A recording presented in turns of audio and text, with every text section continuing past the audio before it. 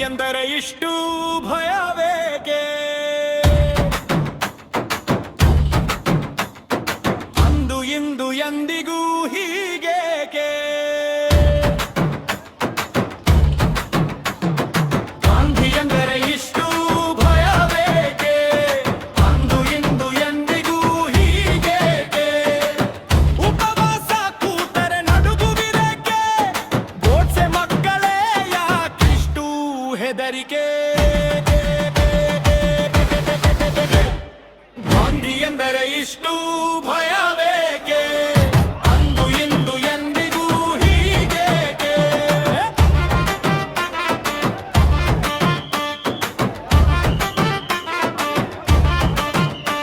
ಅಹಿಂಸೆ ಹೇಡಿಗಳ ಆಯುಧವಲ್ಲ ಎಂದರು ಗಾಂಧಿ.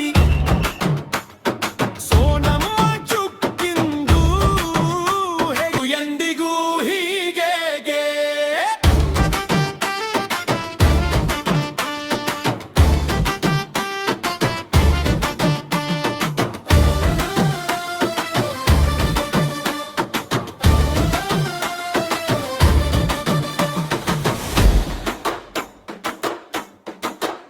ಆತ್ಮಸಾಕ್ಷಿಯ